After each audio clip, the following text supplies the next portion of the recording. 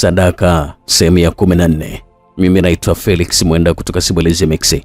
Nambari zetu ni 0677 062 012. Mtunzi anaitwa Kalmas Konzo.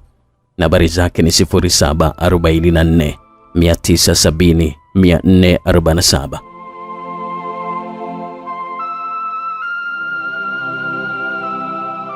Kama unakumbuka vizuri, sehemu ya 13 tulisha pale ambapo Mzee Madale aligundua kwamba yule hakuwa mwanamke bali alikuwa ni yule bwana mbuzi aliyekuja kwa umbo la mwanamke. Kilichoendelea, karibu sana katika sehemu hii ya 14.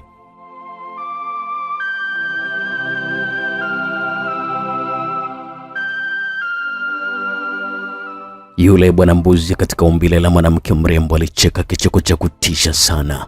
Alikuwa anacheka tu mara baada ya kukaa pale ofisini kwa Mzee Madale. Mzee Madale, hauna haja ya kuwa na uoga.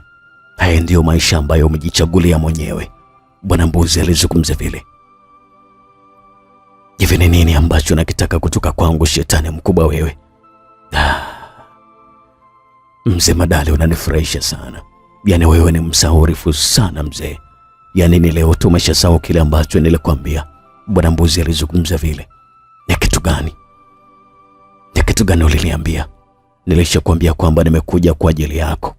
Na shughuli yangu kubwa kwako ni kukufanya uishi maisha ya tabu na majuto ambayo hujawahi kuyaishi.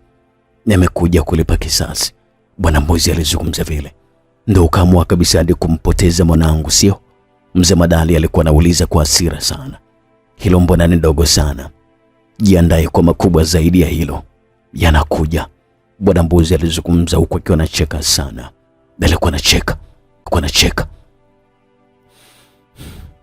Na kuhakikisha kwamba nitakuangamiza anasema.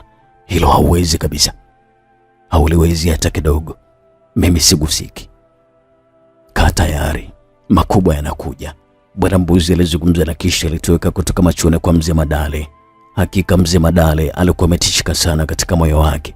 Maneno ya bwana mbuzi yalimtisha sana Mzee Madale. Sasa Mzee Madale alikuwa ameziona kama siku zake zilikuwa zimefika ukingoni. Kwa sasa alikuwa ameanza kujuta ni kwa nini alienda kutafuta utajiri kwa mganga Sunguruma. Kwa namna nyingine alianza kumlaumu sana rafiki yake Mzee Jonto kwa kumshawishi. Alikuwa anamlaumu sana rafiki yake. Mzee Madale alikuwa anaamini kwamba kama asingekwenda kwa mganga kusika utajiri, basi leo angekuwa anaishi kwa raha na furaha na familia yake, na kusingekuwa kabisa na mauzauza yote ambayo yalikuwa yanaendelea kumwandama kwa sasa. Mzee Madale alikuwa amefikiria kupambana na bwana mbuzi. Alikuwa amefikiria kupambana naye. Alikuwa ameshachoka na vituko pamoja na madhila ambayo bwana mbuzi alikuwa akimpa katika maisha yake. Lakini maneno ya bwana mbuzi kwamba yeye hagusiki yalianza kumkatisha tamaa zaidi na kumtisha. Aliona kwamba mambo yamekuwa magumu sana. Mzee Madale alichoka kabisa. Jioni ya siku moja, Mzee Madale aliwasili nyumbani kwake akiwa amechoka sana. Mwili wake ulikuwa ni mchovu sana, utadhani alikuwa ameshinda na nyanyua magunia ya mawe mchana kutwa. Alikuwa hajui kabisa ni kwa nini alikuwa vile, lakini alikuwa anahisi kwamba ni lazima mawazo kuhusu yule bwana mbuzi ndiyo yalikuwa yakimchosha moyo wake. Alikuwa amejua vile. Vipi mume wangu? Mbona waonyesha kama mwenye ngonya sana?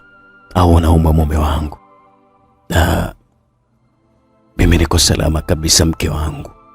Lakini najisi uchovu sana. Hata sijui ni kwa sababu gani hali hii imenipata. Mzee Madale alimjibu mkewe. Pole sana mume wangu. Nahisi ni shughuli ndizo ambazo zitakuwa zimekuchosha. Hata mimi nahisi hilo.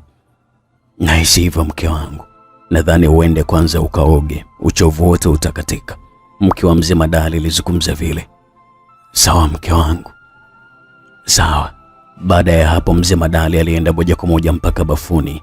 Alitoa nguo zake na baada ya hapo alifungulia bomba la mvua ambalo lilianza kutiririsha maji juu ya mwili wake. Mzee Madale aliendelea kuosha mwili wake. Maji yalimpa burudani na kumwondoa uchovu aliokuwa nao. Ghafla maji yakakoma kutoka kwenye ile bomba. Mzee Madale alishtuka kidogo kwa sababu jambo lile halikuwa la kawaida kabisa. Na mara baada ya dakika moja bakora zilianza kutembea juu ya mwili wa Mzee Madale. Ajabu ni kwamba mpigaji wa zile bakora hakuwa anaonekana. Mzee Madale alianza kujikuna kwa sababu zile bakora zilikuwa zinamsababisha maumivu makali sana. Maumivu yalipokuwa yanazidi na bakora ndio zilipokuwa zinazidi kupamba moto, Mzee Madale alianza kupiga kelele. Bakora zilikuwa zinazidi kumiminika mithili ya mvua juu ya mwili wa Mzee Madale, na mara baada ya kuona bakora zinazidi, Mzee Madale alifungua mlango na kutoka nje huku akiwa anapiga kelele. Alikimbia huku akiwa mtupu bila nguo mpaka sebuleni ambapo mke wake, mwanaye pamoja na msichana wa kazi walikuwa wameketi. Hakika ilikuwa ni aibu kubwa sana kwa Mzee Madale. Watu wote pale sebuleni walishtuka sana kwa tukio hilo. Msichana wa kazi pamoja na mtoto wa Mzee Madale walifunga macho yao ili wasizidi kuiangalia aibu ile. Mke wa Mzee Madale alichukua kitege chake na kwenda kumvisha mumewe, na baada ya hapo alielekea chumbani. Alikuwa hajui kabisa ni kitu gani ambacho kilikuwa kimempata mumewe.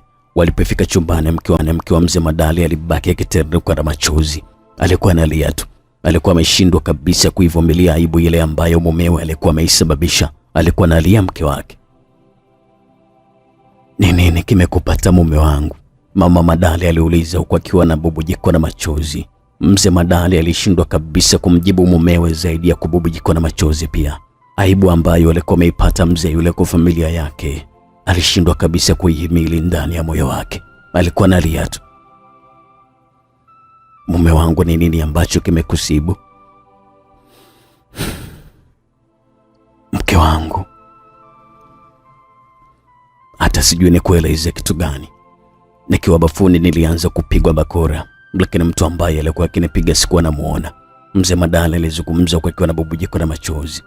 Nadhani utakuwa unaumwa mume wangu, kesho nitakupeleka hospitali. Mke wa Mzee Madale alizungumza vile. Alikuwa anajua kwamba mumewe alikuwa ameshikwa na malaria, tena malaria yenyewe ilikuwa imeanza kumpanda kichwani, na hiyo ndio sababu hasa ambayo ilikuwa inamfanya awe anafanya matendo kama mwenda wazimu. Mke wa Mzee Madale alimwonea huruma sana mumewe. Kilichoendelea, karibu sana katika sehemu ijayo.